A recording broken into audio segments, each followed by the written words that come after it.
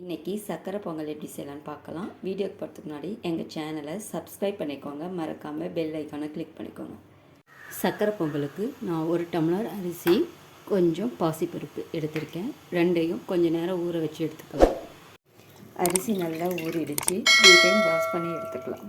3 tumbler water add பண்ணிக்கலாம். 5 whistle வந்தது, of பண்ணி எடுத்துக்கலாம். பொங்கல் நல்லா வெந்துருச்சு. ஏலக்காவை ஆட் பண்ணிக்கலாம். வெல்லம் ஆட் பண்ணிக்கலாம்.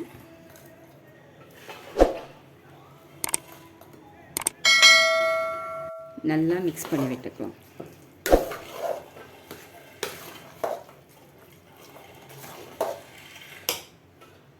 குண்டுவலை நல்லா கரையிற வரைக்கும் மிக்ஸ் பண்ணி விட்டுக்கலாம். நெய்யில் திராட்சை முந்திரியை வறுத்து எடுத்துக்கலாம். நெய்யில் வறுத்து வச்ச முந்திரியும் திராட்சையும் ஆட் பண்ணிக்கலாம்.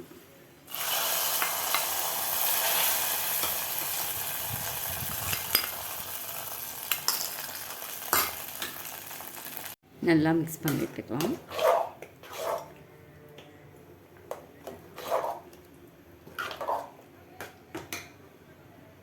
சக்கரை பொங்கல் ரெடி ஆயிடுச்சு. சுவையான சக்கரை பொங்கல் ரெடி. தேங்க்ஸ் ஃபார் வாட்சிங்.